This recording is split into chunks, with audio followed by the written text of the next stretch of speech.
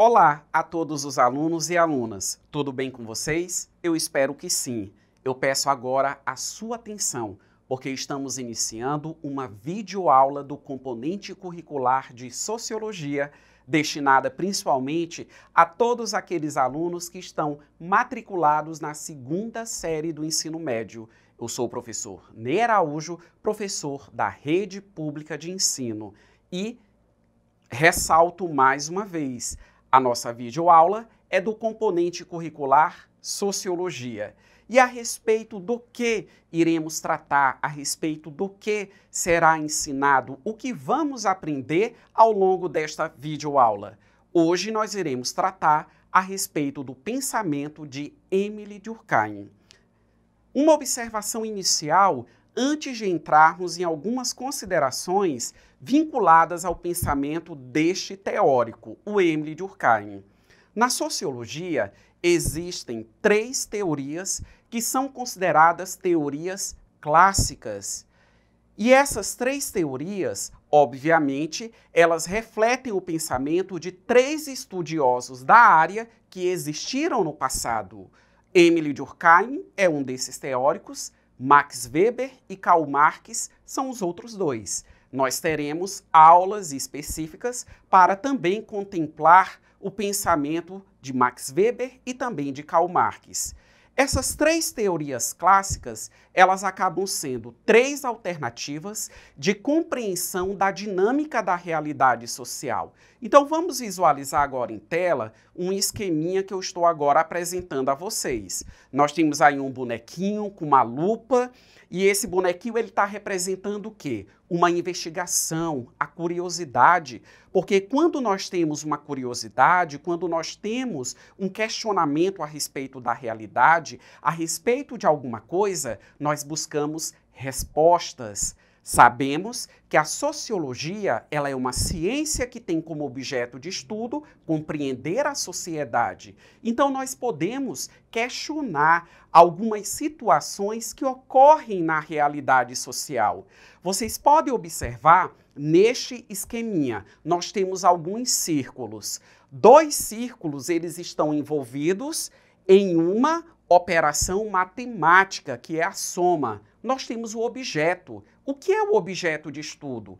É aquilo que vai ser interpretado, é aquilo que vai ser analisado. Seria o seu tema de estudo. Então, por exemplo, a educação, a política, a economia, o direito, o crime podem ser exemplificados como objetos de estudo.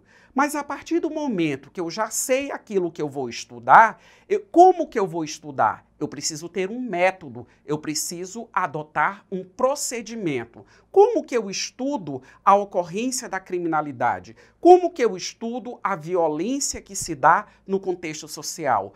Como que eu estudo a educação na sociedade? Então precisamos adotar método. Qual é o resultado?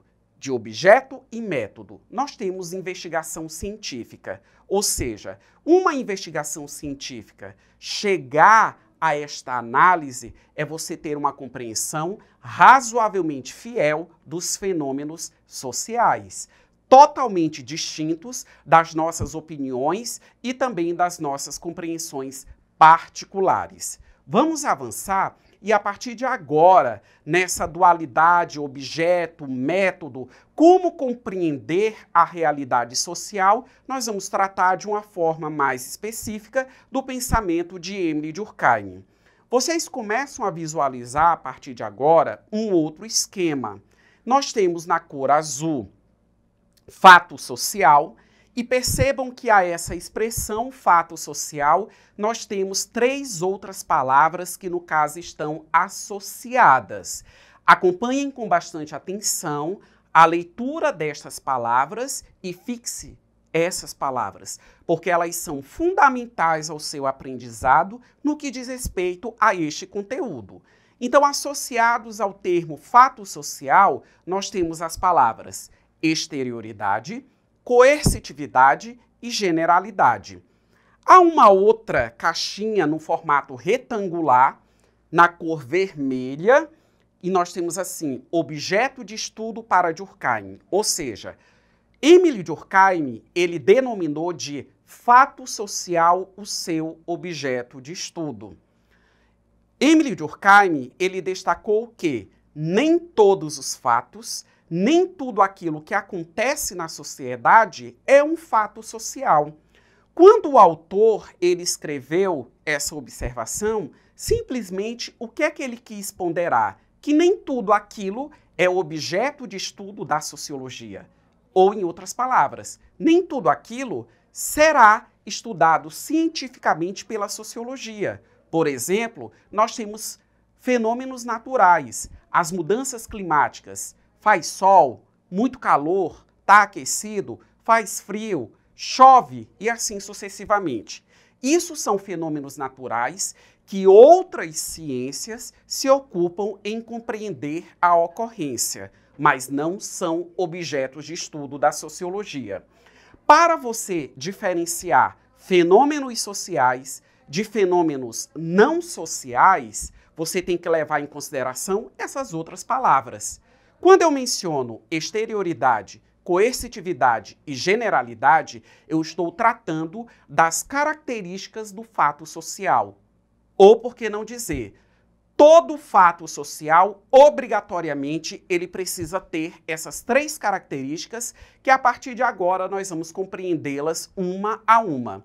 Vamos começar pela exterioridade. Percebam, eu trago para vocês algumas imagens, né? Temos aí um bonequinho que representa um indivíduo na sociedade, e aí vocês percebem uma imagem que retrata crianças na escola, a questão do ensino, a questão da educação, lei, estamos visualizando moedas que se reportam à economia, temos aí uma figura somente, né, da parte do dorso de uma determinada pessoa para representar as questões políticas e temos uma imagem que chama atenção a características culturais. Então prestem bem atenção. Quando nós nascemos, a sociedade ela já está pronta. Somos nós que nos adaptamos à realidade social.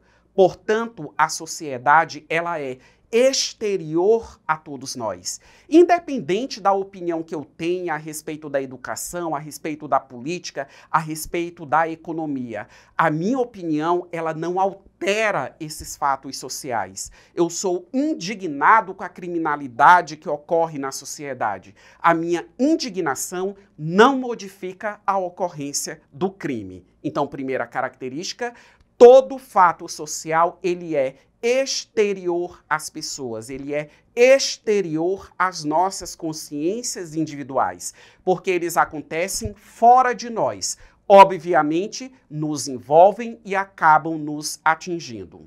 Vamos partir para a segunda característica, que é a coercitividade. Vocês percebam, nós temos aí uma imagem, né, a cabeça aberta de um determinado homem, tem carro, tem camisa, tem horário, tem televisão, tem vários objetos, né, como se a mente humana fosse tudo isso. E, em certa medida, é.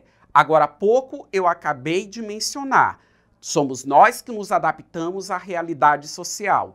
Portanto, temos que nos adequar a todos os padrões existentes na sociedade. Horários, padrões de comportamento, moda, a questão das leis que acabam atribuindo direitos e deveres a todos nós. Ou seja, temos que nos socializar, temos que viver em consonância com todas as normas, essas normas estando escritas ou não, que chegam a todos nós através do processo educacional. A coercitividade, ela é a imposição.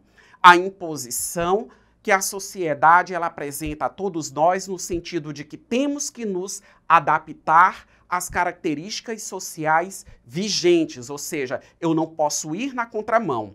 E quando eu caminho na contramão, quando eu apresento algum tipo de resistência em relação àquilo que é imposto pela sociedade, eu sofro algum tipo de sanção, ou, em outras palavras, uma punição. Por exemplo, moralmente falando e juridicamente falando, eu não tenho o direito de tirar a vida de ninguém. Mas a partir do momento que isso ocorre, existem leis que apresentam como finalidade punir justamente o meu comportamento a respeito disso. A lei de trânsito no Brasil, por exemplo, ela proíbe a ultrapassagem de todo e qualquer condutor quando o semáforo sinaliza a cor vermelha. Quando eu recebo uma multa por conta da minha imprudência, eu estou sendo coagido, ou em outras palavras, eu estou sendo punido por uma conduta irregular que eu apresentei. Ou seja, fora dos padrões normais para uma boa convivência, para uma harmonia na sociedade. Coercitividade, a segunda característica dos fatos sociais. E, por fim, temos a terceira característica, generalidade. E aí vocês percebem, nesta imagem que eu estou mostrando a todos vocês, há várias pessoas e há um grupinho de pessoas com uma certa distância e temos um vácuo. O próprio nome já sugere generalidade, geral. Um fato social, ele só é social porque ele envolve todos os membros da sociedade. Ou a maioria dos membros de uma determinada realidade social. Aquilo que diz respeito a uma minoria, a um indivíduo, a menor parcela dos indivíduos na sociedade, não se constitui como fato social. O crime, ele é um fato social porque ele é presente em todas as sociedades. E diariamente nós podemos identificar e tomamos conhecimento através dos meios de comunicação a respeito de vários atos criminosos. Então percebam, se ele é generalizado, o crime, a exemplo de outros fenômenos sociais, é porque ele ocorre com frequência. A generalidade, ela nos remete ao entendimento de que o fato social, ele é repetitivo. Terceira característica do fato social, generalidade. Agora, nós temos um conceito a respeito do fato social com base nessas três características. Vamos fazer uma leitura rápida? Fato social é um conceito sociológico que diz respeito às maneiras de agir dos indivíduos de um determinado grupo e da humanidade em geral. Segundo Émile Durkheim, pensador francês, considerado o clássico da sociologia, os fatos sociais moldam a maneira de agir das pessoas pela influência que eles exercem sobre elas. Com base nessas explicações, agora nós vamos exercitar o nosso aprendizado. Bastante atenção, visualizem e ouçam bem a leitura da nossa questão. Segundo Émile Durkheim, as três principais características do fato social são muito fácil. Acabei de explicar todas elas a todos vocês.